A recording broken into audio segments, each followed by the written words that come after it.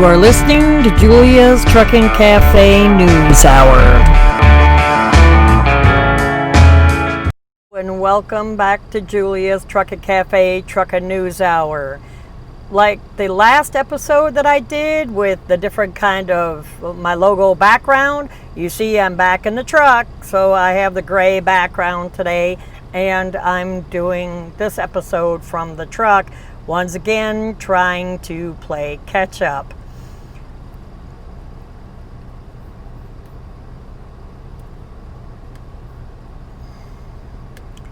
Our top story is a mom and pop grocery store is leveled when a big truck decides to crash through it. I'll be talking about that later on in this program.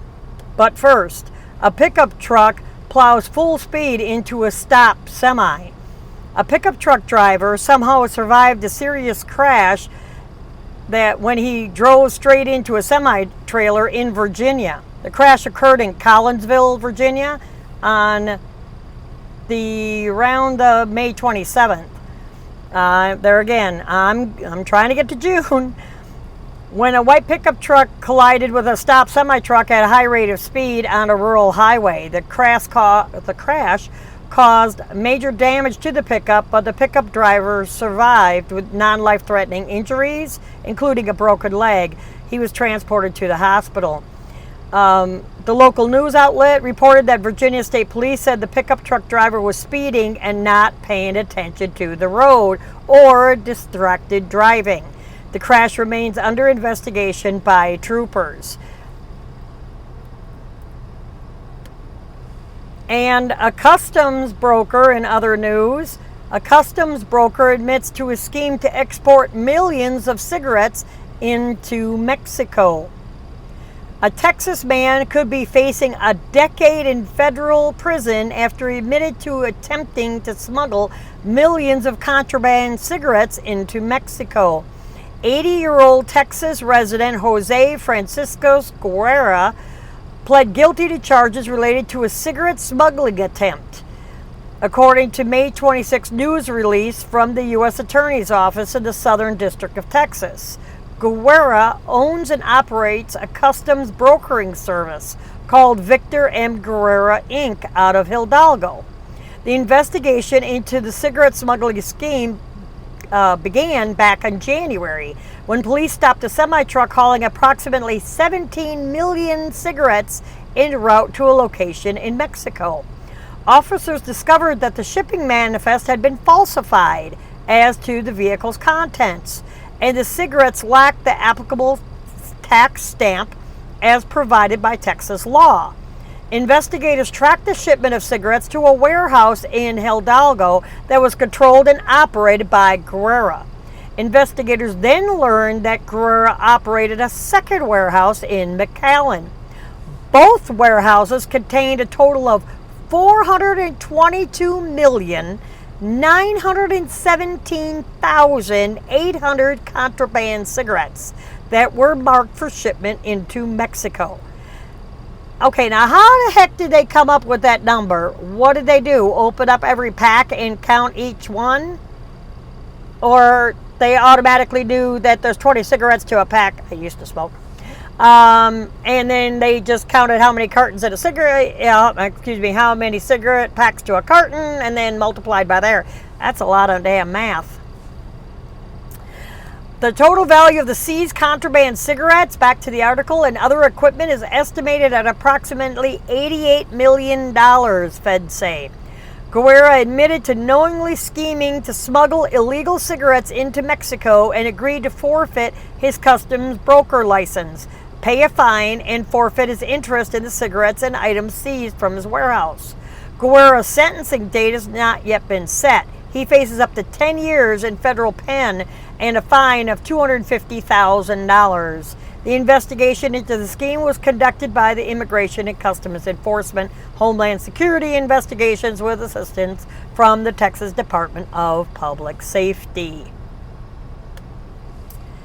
And a truck driver who was involved in a high-speed police chase and fired on police is confirmed dead at the scene. This happened in New York. New York police say that a truck driver is dead following a violent police chase. The incident reportedly began in Leroy, New York, when officers attempted to pull over a semi-truck for speeding. Leroy police officers say that the truck driver was not compliant and even drove away, with the police officer still on the step of his truck. A police pursuit ensued on I-390. Officers attempted to use spike strips to slow him down. During the pursuit, the truck driver attempted to ram both passenger and police vehicles and opened fire even on law enforcement responding to the incident. The incident ended in a field near Route 28 in Geneseo, Geneseo, after police fired multiple shots at the truck. Police have confirmed that the truck driver was pronounced dead at the scene. No police officers were hit by gunfire, according to the local sheriff's department. The local sheriff said we have a lot of scenes to check and a lot of gunfire was exchanged. I will confirm here the operator of the vehicle is deceased and we're working through the timeline to find out who this guy is and why this happened. And it is a developing story.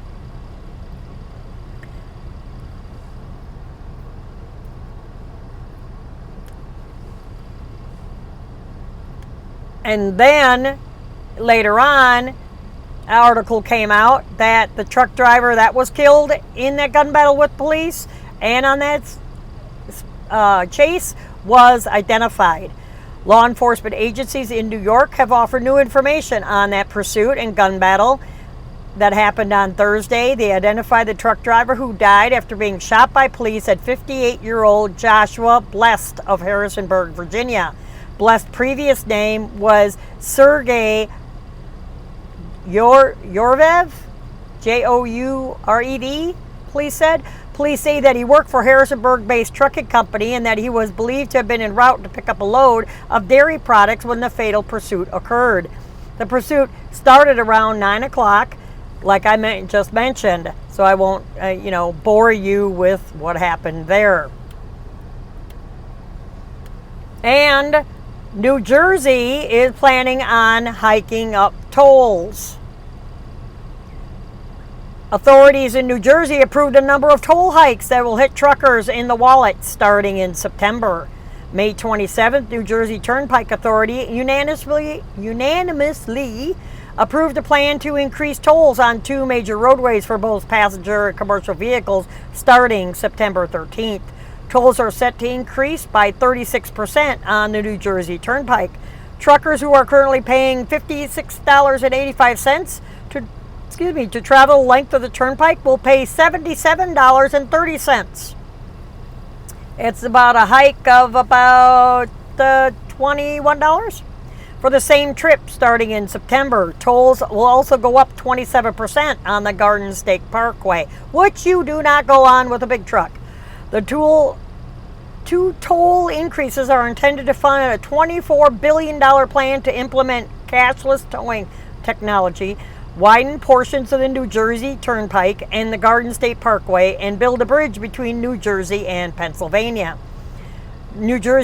South New Jersey Transportation Authority approved 37%, Let me start that again. South Jersey Transportation Authority approved a 37% toll increase on the Atlantic City Expressway intended to generate $500 million for those various projects. This toll increase will also go into effect on September 13th. Critics of the toll hike say that the authorities are using the cover of the virus to push through the increases with little input from the public. Quote, bureaucrats who control our highways are quietly fast-tracking, I'll talk eventually, massive toll hikes on New Jersey drivers when nobody is looking. While our daily commutes may look different today, these toll increases will slam drivers with higher costs as our state reopens, making New Jersey even a more expensive place to live, work, and raise a family, State Rep Kip Bateman said. And of course, the governor, Phil Murphy, has expressed support for all of the toll increases. Well, yeah, that's more money in his pocket. And in New Mexico, a bee infestation closes a rest area indefinitely. Authorities in Nevada say they were forced to shut down. I thought this was in New Mexico. My bad. I misspoke. It's in Nevada. Say that they were forced to shut down a rest area this week after they discovered a large bee infestation. Nevada Department of Transportation shut down the Southern Nevada Visitor Center rest area located on Highway 95 in Clark County until further notice because of bees.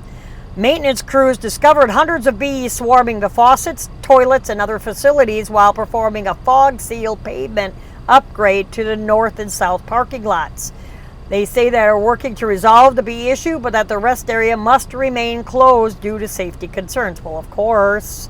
The crews are working diligently to quickly resolve this issue. It's important to make this rest area safe and accessible once again for motorists. Well, yeah, I'm allergic. I don't want to get stung.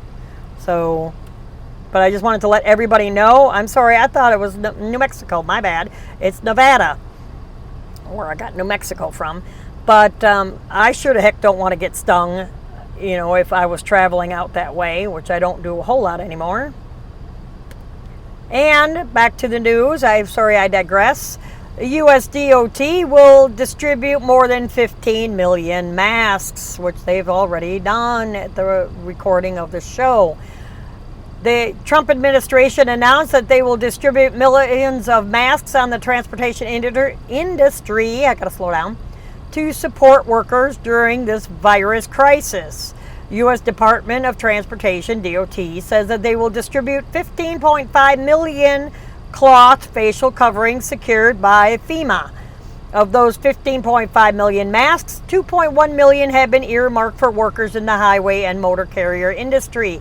Other industry receiving the masks include mass transit, passenger rail, aviation, maritime, freight rail, and pipeline sectors. DOT says that masks will be distributed via the U.S. Postal Service in the coming weeks. I didn't get any. Transportation workers are on the front lines of keeping our transportation systems operational during this public health emergency, and their well-being and safety is paramount. And now it's time for a short break. As truck drivers, we all know what it's like to be at a shipper's or receiver's and have to wait to be loaded for hours on end. Am I right? Especially produce coolers and paper mills. That's why you need to be prepared with extra food in your truck. My Patriot Supply helps you stay prepared. Now, it's not what you may be thinking. My Patriot Supply is delicious emergency food. They have food kits that are good up to 25 years, and they come in a slim light tote that you can easily store in your food pantry or under your bunk. I could speak from experience after living through Hurricane Katrina. We were without power for 10 days, my mother, my son, and I. And if it weren't for the MREs that were flown into us, we wouldn't have had any food. 4 60-foot pine trees broke in half during that storm and landed across my driveway, landlocking me in, so I couldn't get out for food. And there were 4-mile gas lines then. That's when My Patriot Supply emergency food would have come in real handy. If I knew then what I know now about My Patriot Supply, I would have definitely had some of this food stockpiled in my pantry. Now, for limited time, you could get a 1-week food supply in a handy and neat looking ammo can. And they even offer gluten-free food for just under $100. All you have to do to get yours today is go to my website at juliastruckatcafe.com, go along the toolbar, and you'll see the emergency food supply tab.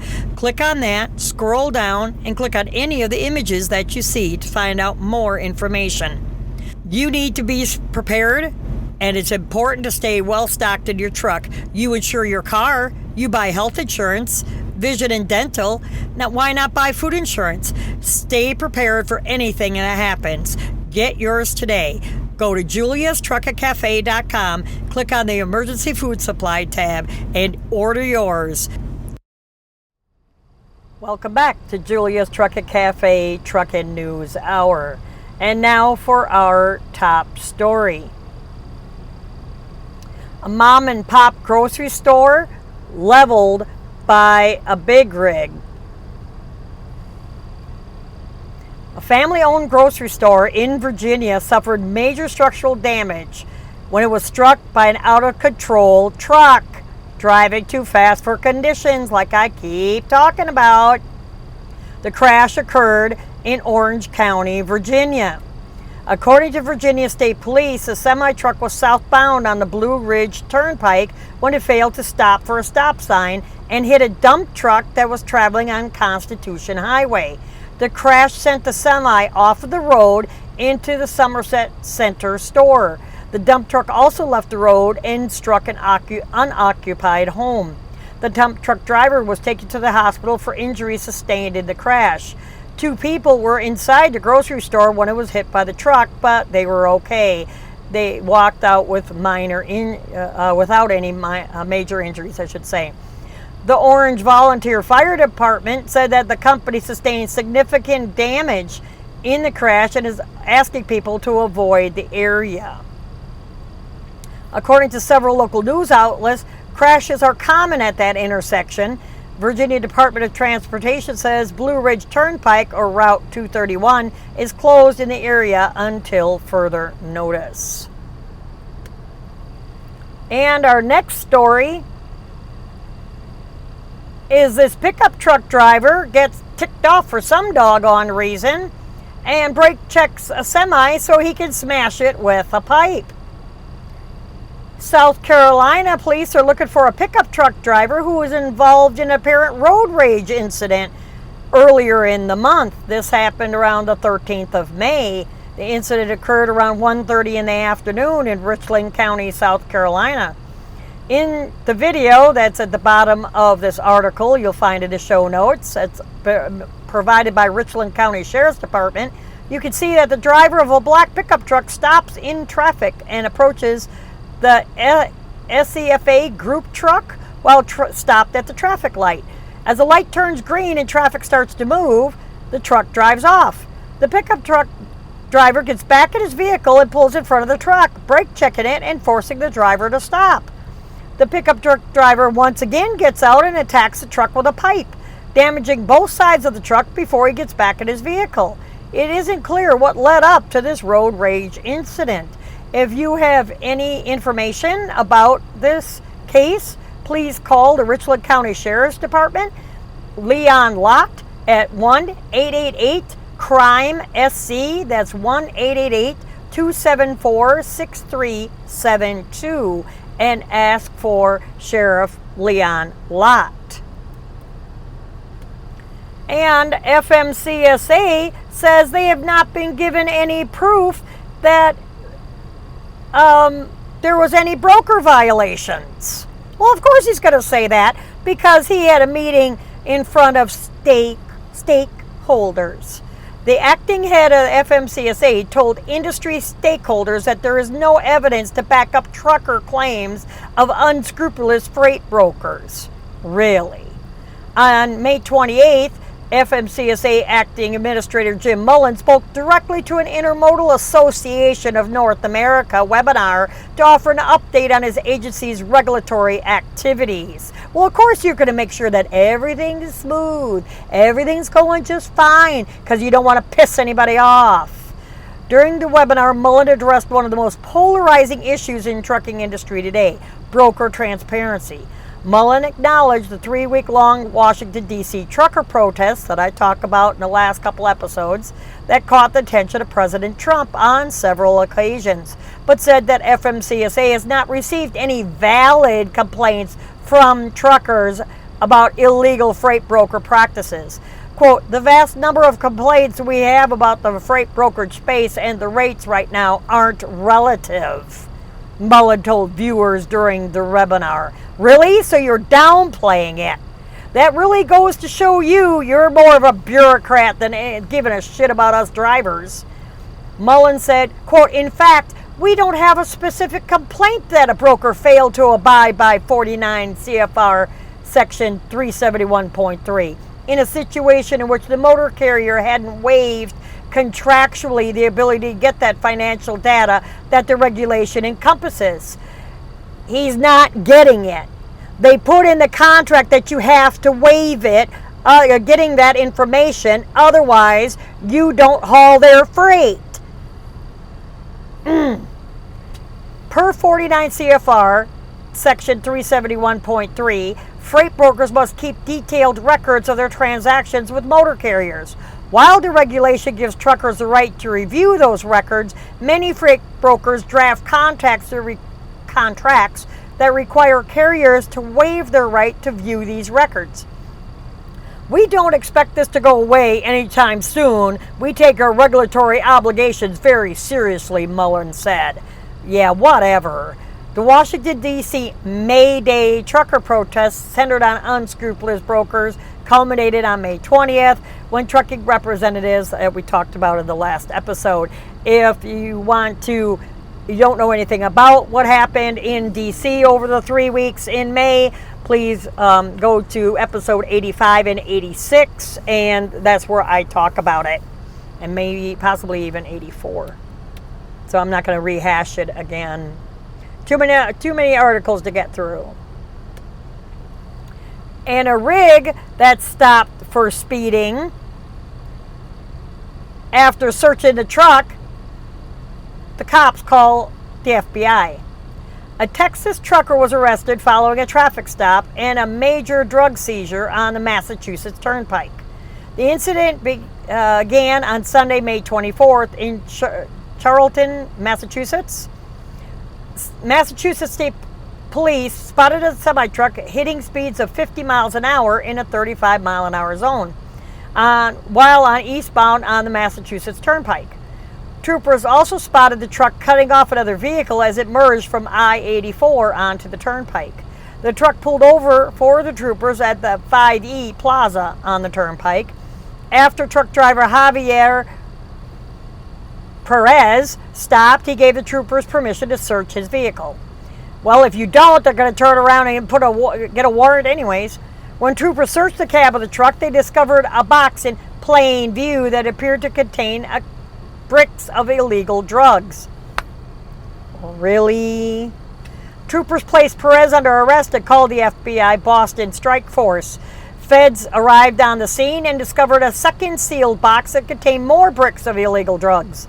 The FBI ultimately seized 30 kilos of cocaine, 7 cell phones, and an empty gun case. Where's the gun? Perez was issued a charge of possession with intent to distribute 5 or more kilos of cocaine. And during these protests, I'm sure that you've seen a lot of stories about protesters closing down interstates and the like. In Wisconsin, demonstrators shut down a major interstate in Milwaukee. A group marching in response to the passing of George Floyd closed down northbound I-43 at Fond du Lac Avenue. Demonstration organized by Wisconsin Black Historical Society began around 1 p.m. at 27th and Center, but they eventually moved to the interstate. Heavy traffic backups were reported in that area. And also, with the protest, I heard about this story. A protester who surrounded FedEx truck was struck and killed. According to multiple St. Louis news sources, a protester was killed after being dragged by a FedEx truck. Well, that's not necessarily correct, and I'll explain in just a minute. The incident occurred near downtown St. Louis. Police say that a truck driver was forced to exit I-70 because of protesters. After the driver exited the interstate, the driver was forced to stop the truck due to protesters in the road. I wouldn't have stopped. Sorry. You're not going to be that stupid? I'm not stopping. A bystander caught video of the protesters and posted the video to social media, of course. The video shows protesters blocking the road. On the video, you can see the protesters surrounding the FedEx truck. As the truck came to a stop, one of the protesters jumped on the side of the truck and pointed a gun at the truck driver. You think I'm stopping? Hell no. The other protesters began banging on the truck. Protesters opened the trailer and began stealing the packages. Fearful for his life, the truck driver began blowing his horn and drove away from the scene. On the video, protesters can be heard shouting, "Back the truck up, someone's under the truck." Well, too bad. You're SOL. You're going to be that stupid to jump in between the two trailers because they're usually pulling doubles. A protester who had been standing between the two trailers was dragged by the truck and pulled under the trailer tire. The man was taken to St. Louis Hospital where he died of his injuries. The identity of the driver and the man has not been released as of this recording and writing of this article. You're going to be stupid enough to those FedEx trucks are locked, okay? You have to have bolt cutters to get in, so you are intentionally going to steal somebody else's packages. You steal my shit, I'll run your ass over, plain and simple. No questions asked. You get in front of my truck, your ass is going to get run over. That's just the way it is. You point the gun out my window? No, that's just the way it is. No, I'm not stopping. Fearful for my life? Nobody's going to take care of me. Nobody's going to stop for me. But anyway, I digress. In other news, a truck driver said he shot a man for breaking into his truck. Supposedly, turns out the guy was only peeing. Well, that's indecent exposure. This happened around the 1st of June. Florida authorities say that a truck driver shot another man who he believed was breaking into his truck when the man was actually peeing. This happened in Wildwood, Florida around 3:30 in the morning. Sumter County Sheriff's Office say that they were called to the TA truck stop by both the man who was shot and the truck driver. Following an investigation, the truck driver was placed under arrest and charged with aggravated battery. Police say that the confrontation began after the victim parked the Ford pickup truck with a trailer attached to the driver's semi-truck Freightliner. The truck driver reportedly initially believed that the Ford driver was attempting to break into his truck, but police say that he didn't retreat after he learned that the man was only peeing. And the condition of the man who was shot is unknown as of this article. And a Mexican truck driver is facing life in prison after he tries to smuggle liquid meth in a tire. Federal authorities say that a truck driver from Mexico could face up to life in prison on charges related to smuggling meth. 27-year-old Luis Angel Reyes has been charged with conspiracy and importation of meth, according to May 29 news release from the U.S. Attorney's Office, again in South District of Texas. According to feds, November 7, 2019, Reyes drove a tractor-trailer into the U.S. at a port of entry near McAllen with a B-1, B-2 visa. Reyes was allegedly hauling a large commercial tire in his trailer that contained 51 kilos of liquid meth. Authorities say that Reyes delivered the tire to a location in McAllen and then returned to Mexico. He was arrested on March 19th when he attempted to re-enter the U.S. His visa was also canceled. About time. If convicted on the conspiracy and importation charges, Reyes faces at least 10 years and up to life in federal prison. He could also be subject to a fine of $10 million. Immigration and Customs Enforcement investigation is spearheading the investigation. He's scheduled to appear before the U.S. magistrate in Laredo.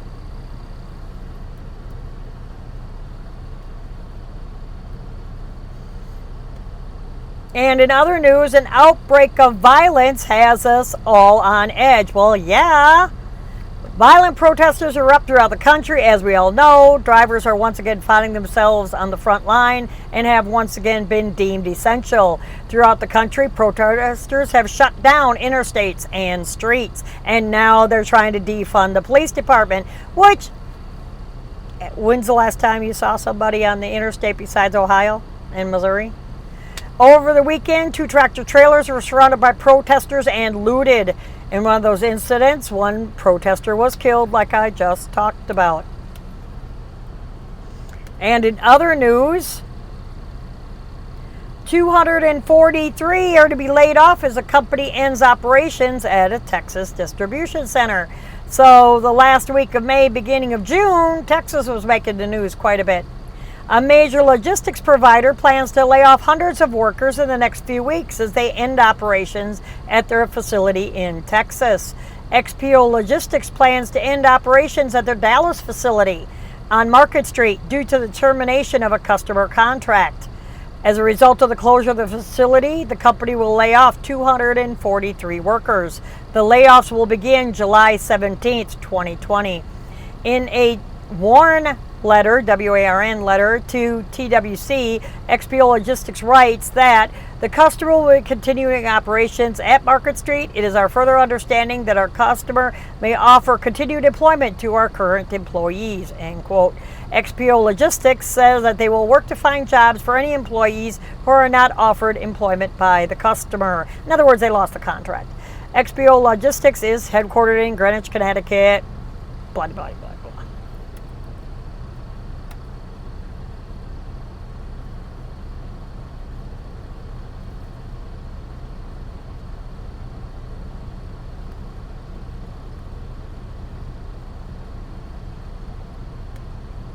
And if you enjoy my show and you would like to support me, the links to do so are in the description below. You can either make a monthly support or one-time donation. It would be greatly appreciated to keep the show continuing. I'm working really hard on these videos, and as always, if you watch the first few videos compared to now, I'm really trying to get comfortable behind the camera. And of course, please subscribe. The button, hit the subscribe button down below. It's free. It doesn't cost anything. I greatly appreciate it. So if you would subscribe, I'm also on BitChute, BitChute.com. Get a lot of views on BitChute if you're on there. Also, I'm on Parler, Parler.com. That is a new social media platform out that you can create stuff, create your content, and everything is what the words I'm trying to look for, and you won't be censored like other social media platforms. So I'm on Parler, I'm on BitChute, besides all of your normal ones. And I greatly, greatly appreciate all of you who want to watch my videos. I greatly appreciate you listening to the podcast. If you are new to the cafe, please check us out at the bottom of every episode on the website at juliastrucketcafe.com. I have links where else to find me. You could also find me on iTunes, Facebook. Please join my discussion group at juliastrucketcafe.com. Hey, I got an idea. Why don't you sign up to the newsletter? juliastrucketcafe.com/newsletter. And I have going to be having giveaways here soon with the coronavirus calming down and everything. I didn't say it's completely gone, but calming down. I'm starting to get my giveaway stuff in. So I'll be having giveaways here shortly. If you got a business card from me, go ahead and please save it. They are numbered and they're autographed. All you have to do is find me someplace at a truck stop somewhere. And if you see me, ask for a business card. I'll gladly give you a business card that's numbered, and you will be entered into a drawing for a free gift. Could be an Amazon gift card, coffee cup, even a first aid kit, 300-piece first aid kit I'm looking at giving away. You know, so you have to stay tuned to see if I call your number. Please also subscribe and go to our website. With the newsletter, I email you all of the show notes. So all of these articles that I talk about in the video or on the podcast will be emailed right to your inbox.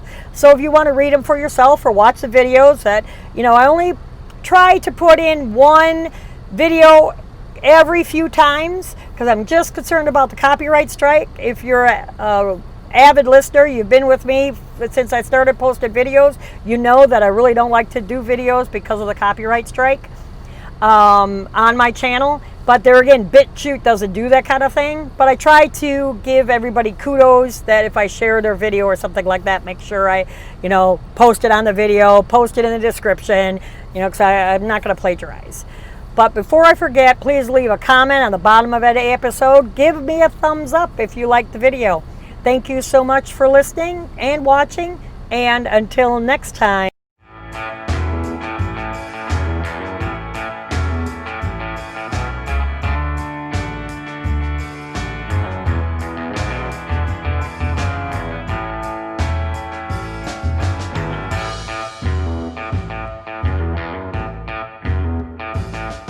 You have been listening to Julia's Truckett Cafe Truckin' News Hour. Check us out on Facebook and Twitter. Take care. Have a blessed day.